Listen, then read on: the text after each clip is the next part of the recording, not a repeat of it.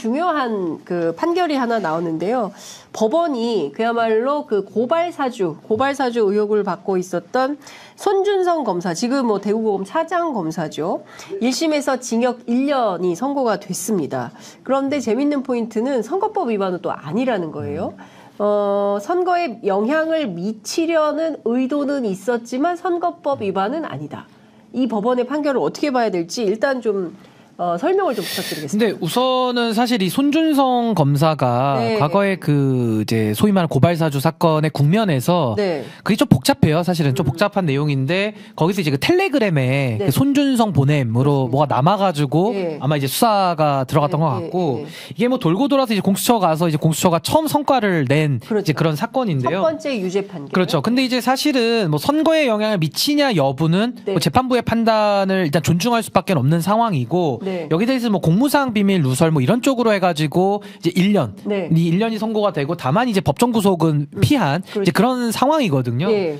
저는 이 사안에 대해서 결국에는 검찰권이라고 하는 것이 결국 국민들을 위해서 쓰여야 되잖아요. 네. 근데 그것이 국민들 외에, 그러니까 소위 말하면은 검찰 인맥들이나 검찰이 지금 어떻게 보면은 사실 정치권으로 넘어와서 네. 정치를 하고 있잖아요. 그렇죠. 그 과정 속에서 이런 손준성 검사가 네. 어떠한 역할을 한 거 아니냐. 네. 이것은 우리 민주주의 국가의 헌법 시스템에서 맞지 않는다. 네. 그래서 이제 이것은 가벌성이 있어서 처벌을 한 걸로 보이고. 네. 그래서 저는 뭐 이제 검찰은 또 이거 항소하겠다고 그 공수처도 항소하겠다고 네. 하니까 네. 조금 더 2심까지는 지켜봐야 될 것 같은데 네. 어쨌든 유죄가 확인이 됐으니까 네. 여기에 대해서는 윤석열 대통령도 이제 연관은 다 돼 있으니까 네. 책임을 피하기는 어려울 것 같습니다. 그러면 항소심에서 이 그 무죄가 났던 선거법 위반 그게 뒤집힐 가능성도 있을까요? 뭐 뒤집어질 수도 있죠. 근데 이제 오. 재판부의 판단에 대해서는 우리가 이제 기록을 보지 않았고 네. 또 법조인들 입장에서도 저는 사법부에 대한 판단을 일단 존중해야 된다는 원칙을 갖고 있기 때문에 물론 재판이 잘못된 거에 대해서 뭐 평석이나 평론할 수 있지만은 네.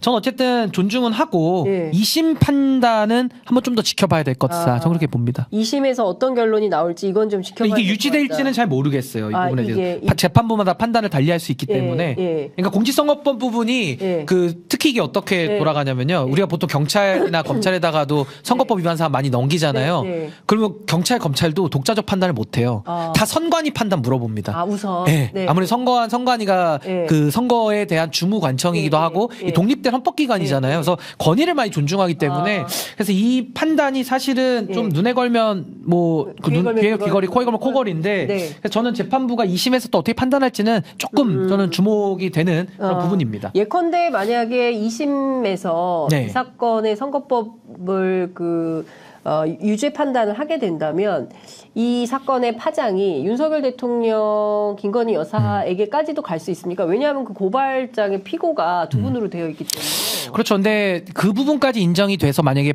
이제 판결이 2심에 가서 뒤집어진다고 한다면, 바뀐다고 한다면은 네. 당연히 뭐 윤석열 대통령에 대해서까지도 네. 당연히 정치적 파장은 있는 거고요. 근데 다만 이제 법률적인 파장은 네. 좀 있을 수가 어려운 게 네. 이게 뭐 공모관계라든지 이런 게 인정되지 않으면은 사실 이번에 양승태 대법원장 판결을 네. 봐도 다 연관성이 있을 것 같죠. 정치가 볼 때는 그러니까요. 뭉뚱그려 보이지만 네. 이 법적인 판단이 들어가면은 네. 공모관계가 인정 안 되면 또 다 무죄가 나오거든요. 그러니까 이런 것들은 대법원장도 사실은 그런 비슷한 거죠. 그 예. 이승원의 그 판결이 어떻게 될 거냐 다음 주인 것 같더라고요. 이제 곧 선고가 예, 임박했죠. 다음 주에 예. 선거여서 그때 임종원이 다 이걸 받아서 내 책임이다 이렇게 되는 판결이 나올지 아닐지. 예, 아니 그래서 저는 요 사안에서 핵심은 뭐냐면 네. 이제 저는 이게 어차피 정치적인 얘기를 해야 되니까 네. 정치적 파장의 면에서는 결국 손준성 검사가 고발사주 사건과 관련해서 이제 문제가 됐던 분인데 네. 유죄 판결이 나왔잖아요. 네. 그럼 뭐가 이걸 문제 삼아야 되냐면은 네. 손준성 검사가 재판에 넘겨져 있는 상태임에도 불구하고 검사장 승진까지 시켰거든요. 맞아요. 그러니까 이게 문제의 전 핵심이라고 봐요. 그러니까 쉽게 말해서 재판에 걸려 있고 지금 또 유죄까지 나왔기 때문에 더더욱 이제 지금 탄핵 심판 그렇죠. 이 됐잖아요. 예, 헌재로도 가 있고. 예. 근데 그런 상황 속에서 이런 분을 그 승진을 시키는 이런 인사를 윤석열 대통령과 한동훈 법무부 장관이 한 거기 때문에 저는 그 지점, 그러니까 제 식구 감싸기의 면에서 비판을 피하기는 매우 어렵다. 근데 중요한 포인트는 또 하나가 뭐냐면 검사가 현직 검찰이 현직 검사가. 예, 현직 검사가 정치적 의무를 저버렸다. 이번 재판에서도 그게 굉장히 네. 중요한 쟁점으로 제기가 됐던 건데 만약에 물론 이 부분은 이제 그 유죄를 이제 그 밝혔지만 사실 이거는 도덕성에도 상당한 검찰의 치명타가 있는 거 아닌가요? 관련해서 뭔가 사과를 하든 입장이 나와야 되는 거 아닙니까? 아니, 당연하죠. 당연한 거고 저는 뭐 검찰의 정치적 중립이라는 것이 네. 거의 우리 대한민국을 유지하는 거의 그 기본 근거 내지는 기본에 해당하는 거거든요. 사실은. 네, 근데 네. 지금 검찰의 정치적 중립성이 사실은 윤석열 대통령의 정치 참여로 네. 상당 부분 무력화된 부분도 있고요. 네. 뭐 최근에도 그 창원인가요? 그쪽에서 뭐 검사가 지금 정치 참여하면서 이원석 총장이 뭐 경로했다 뭐 이런 보도도 봤지만은 지금 검찰권이 너무나도 정치적으로 오염이 많이 돼서 지금 정치 검찰화하고 있다. 이미 됐다는 거죠. 네. 그 상황 속에서 저는 이 손준성 검사가 지금 시사하는 바가 매우 크다라고 네. 저는 보여지는 것이고 사실 그 제가 늘 주장하는 것 중에 이 반정치라는 게 있거든요. 네. 반정치가 늘 대한민국 정치를 무너뜨리는 네. 가장 핵심 원인인데 여기에 1번이 관료 정치예요. 제가 주장하는 관료 정치. 네. 근데 관료 정치 중에 핵심이 검찰 정치입니다. 그러니까 검찰 정치가 정치와 사법부의 그 명확한 구분선을 네. 완전히 없애버리면서 이 정치까지도 지금 그 편향성 논란으로 다 가져온 거기 때문에 지금 사법부 결정을 아무도 안 믿잖아요. 네. 검찰에서 누가를 기소해도 과거에는 검찰에서 기소만 나와도 정치적으로 물러나거나 이런 게 있었는데 지금은 검찰에서 아무리 기소를 해도 네. 1심 판결까지 다 봐야 믿지 그렇죠. 검찰의 기소를 신뢰하지 않아요. 네. 그럼 이걸 누가 무너뜨렸느냐? 윤석열 대통령, 한동훈 검찰 네. 그리고 그 연장선상 속에 저는 손준성 검찰이 있는 거 아니냐, 손준성 검사가 있는 거 아니냐 그렇게 생각합니다. 사실 이제 사법 불신을 자초한 측면이 대통령과 한동훈 법무부에 있었다라고 지적을 해주셨는데요. 그 사실은 이 김호 의원도 그렇고 손준성 검사도 그렇고 이 사건의 진실을 이분들이 정확하게 알고 있는 거 아니겠습니까? 그 처음에 이제 이 내용을 폭로했던 조성은 씨 포함해서 이 진실 고백이 나올까요?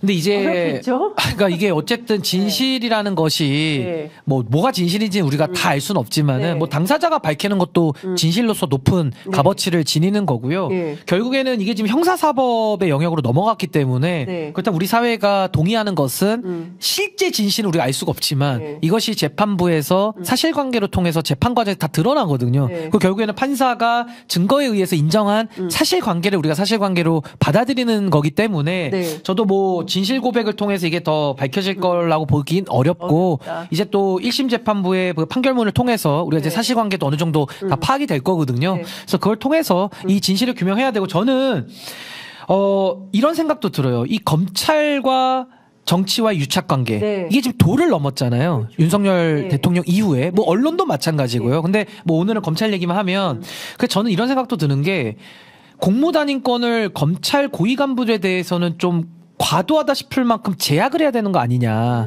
판사도 마찬가지고요. 네. 그러니까 일정 직급을 어디로 합의하는지 우리가 논의해 볼 문제인데 뭐 예를 들면 네. 검사장 정도 되면은 검찰에서는 예우를 받는 거거든요. 네. 승진한 거니까 별을 다는 거죠. 네. 그럼 그 정도 되면 네. 정치에 참여하려면 한 10년 정도 유예를 주는 게 맞지 않나? 뭐 5년에서 10년 정도? 네. 어느 정도 이게 관리가 되고 들어와야지 유착관계가 끊어지지. 그렇죠. 지금처럼 검찰 마치고 바로 들어오거나 네. 뭐 법무부 장관이 바로 비서위원장 가거나 현직 시절에 뼛속까지 창원 사람, 네, 뼛속까지 창원 사람. 출판 기념회 하고 말이죠. 네, 내지는 네. 손준성 검사처럼 현직에 있으면서 제도 정치와 이런 나름의 유착관계 속에서 범죄까지 되는. 그렇습니다. 지금 1심이니까 제가 뭐 조심스럽지만 그래도 1심에서 네. 확인이 된 거니까 그렇습니다. 이런 범죄 혐의까지 유착이 되는 관계를 우리가 놔둘 수 있나? 네. 그 다음에 이제 전 언론인이라고 보는데 그렇죠. 이게 언론도 저는 그렇죠. 오늘까지 앵커하다가 내일 그냥 입당 기자. 그러니까요. 아니 여야를 떠나서 예, 여야를 떠나서. 예, 그러니까 그러니까 가잖아요. 그러니까 이렇게 되면 대변인. 검찰의 본연의 업무, 네. 권력을 감시하는 네. 그리고 감사원도 마찬가지고요. 그리고 뭐 선관위도 마찬가지고, 아니 뭐 언론도 국민을 대신해서 권력을 감시하는 그 나름의 공기인데 그 공기에서 일했던 분들이 하루 아침에 대변인으로 가는 네. 이걸 어떻게 받아들여야 되는가? 그러니까 여기에 대해서 원래는 직업윤리에 맡겨놨었거든요. 네. 그 동안에는. 네. 근데 윤리로 맡겨놓으니까 막 사시는 거예요. 막 살아요 그냥. 막 살아. 막산입니다. 홀을 다 막산으로 고쳐드리고 싶어요. 막 사시니까. 네. 근데 전 여기에 대해서는 네. 윤리의 영역으로 안 지켜지면 법은 도덕의 최소한이거든요. 못 지키잖아요. 네. 그럼 법으로 규제할 수밖에 없지 않나. 규제할 수밖에 없죠. 예. 최소한 뭐 이 직업을 그러니까 이 가지면 직급 이상. 그쵸. 예. 어느 직급 이상한 사람은 뭐 5년 이상은 5년 지나야 나갈 수 예, 있게끔. 5년 이후에 예. 출마할 수 있다. 예, 뭐 자격을 그 부여하는 정도로라도 방식으로 규제를 해야지 이게 되지 않을까. 공무단인권을 규제를 해야 된다. 그런 생각도 많이 듭니다. 예. 그러니까 이런 얘기는 도처에서 나오는 것 같습니다. 이제 시간이 좀 다 되고 있어가지고 이거 좀 여쭤볼게요. 유승민 전 대표 네. 드디어 이제 남기로 하셨습니다. 유승민 대표하고 친하시죠? 저는 친분은 없고요. 저는 이제 유승민 대표는 저희 보수 진영에서는 이제 네. 개혁 보수라고 소위 부르잖아요. 네. 그 진영에서 활동했던 분들은 다 존경하는 그런 정치인이시고 거의 유일무이하죠. 이렇게 원칙을 좀 지켜서 끝까지 한 길을 가는 분이 특히 보수 진영에서는 네. 정말 드문 정치인이죠. 네. 네. 그러니까 유승민 전 대표가 일단 삼지대로 가지 않고 국민의힘의 잔류를 결정하고 그리고 이번 총선에서 공천 신청은 하지 않기로 결정한 정치적 배경은 뭐라고 보세요? 근데 저는 유승민 전 대표가 신당을 놓고 고민했다라는 생각은 좀 안 들었어요. 그러니까 왜냐면 신당이라는 것은 뭐 지금 이낙연 대표도 나와서 고생하시지만은 이게 엄청난 세력과 네. 그 여러 가지 방법론과 전략이 다 맞아 떨어져도 네. 될까 말까한 게 사실 신당이잖아요. 네. 그러니까 저는 신당까지는 고민을 하신 행보로는 보이지는 않고요. 다만 탈당 여부는 고민을 좀 하시지 않았나 그런 생각이 좀 듭니다. 유승민 탈당 여부 고민했다. 고민을 했던 걸로 보여요. 왜냐하면 그때 당시에도 언론을 통해서 네. 뭔가 유의미한 변화가 없으면 당시 이제 김기현 지도 12월 체제, 말까지. 네, 그렇죠. 김기현 지도 체제에 대해서 이거 유지되면은 답이 없다. 네. 뭔가 변화가 필요하다 이 얘기는 하셨기 때문에 네. 아마 그런 고민 속에서 아마 이런 저는 결론까지 이르렀다라고 보고요. 그리고 이제 또 한동훈 비대위원장 체제로 바뀌어서 최근에 이런 갈등도 많이 있었잖아요. 그러다 보니까 지금 이 국민의힘이라는 정당이 너무나도 잘못 왔고 네. 너무나도 잘못된 게 많지만은 네. 이거 고쳐야 되지 않는가라는 그런 나름의 그 보수 정체성을 가진 정치인으로서의 네. 사명감. 전 이런 것들이 좀 녹아 들어가면서 많은 분들은 뭐 이준석 대표 신당하고 선거 쓰니까 뭐 이제 이런 걸 자꾸 해석하시는데 네. 저는 그런 고민 선택지보다는 이 보수 정당을 네. 어떻게 바꿀 것인가. 네. 그럼 남아서 정당 바꿀까? 제거. 예, 네. 남아서 바꿀까? 떠날 것인가? 떠날까? 예, 이 두 가지를 놓고서는 저는 고민을 하신 걸로는 보여집니다. 예, 그러니까 예. 이 안에서 바꾸는 게 어렵다고 한다면 차라리 탈당해서 뭐 새로운 환경을 만들어 볼까. 그렇죠. 뭐 무소속으로 계실 수도 예. 있는 거고요. 예. 어떻게 정치할 것인가. 근데 이번에 출마 안 하실까요? 근데 이제 그 워딩을 보시면 당에 남겠다. 네. 그리고 공천 신청을 하지 않겠다라는 네. 거잖아요. 근데 네. 이거를 가지고 또 많은 분들은 유승민 역할론을 또 네. 많이들 얘기하시던데 그것은 저는 국민의힘의 입장이라고 봐요. 그러니까 국민의힘의 주류들 입장에서는 자기들이 당을 이렇게 망쳐왔는데 네. 이 당을 복구는 하고 싶고 근데 복구할 능력은 없고 네. 그러니까 또 유승민 대표님을 필요로 하는 거거든요.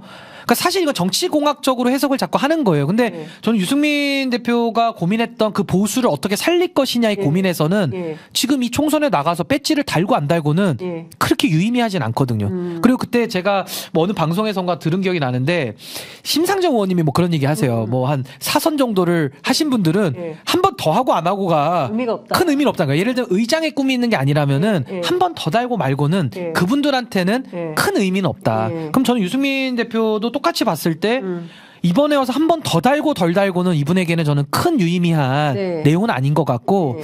정말 보수 정당이 바뀔 가능성이 있는가에 대해서 남은 1%의 가능성을 확신하셨기 때문에 네. 그래도 내부에 남기로 선택하신 거고 네. 그런 의미에서 저는 공천에 대해서는 그 신청 안 한다. 네. 출마에 대해서는 생각 없다. 이 얘기를 하신 것 같아요. 그러면 국민의힘 남아서 이번 총선에서 예컨대 한동훈 위원장이 좀 도와달라고 요청하면 도울까요? 근데 저는 한동훈 위원장이 도우라 그래서 돕는 거는 너무 이것은 네. 소위 말 국민의힘 주류들이 뻔뻔한 거죠. 뻔뻔하다. 본인들이 다 사고는 쳐놓고 예. 와서 수습만 해줘. 이거 아닙니까? 그렇죠. 이건 아니고요. 네. 한동훈 위원장이 지금 지도 체제인데 네. 어떤 변화, 그 어떤 변화라는 것은 안 알려줘도 다 압니다. 네. 이미 유 대표님도 많이 밝혔고 그렇습니다. 저도 여기 나와서 예. 국민의힘이 어떻게 바뀌어야 되는지 다 얘기를 했어요. 예. 근데 이거를 만약에 한동훈 위원장이 수용하고 그 길을 간다 그러면은 네. 협조관계도 될 수 있는 거지만은 그 국민의힘의 본질적인 변화를 안 하면서 네. 안 하면서 도움이 필요하다? 이것은 대전제가 성립이 안 되는 거죠. 네, 알겠습니다. 뭐 하여튼 유승민 대표 어떻게 움직이시는지 저희도 좀 지켜보도록 하겠습니다. 오늘 말씀은 여기까지 듣겠습니다. 감사합니다. 네, 감사합니다.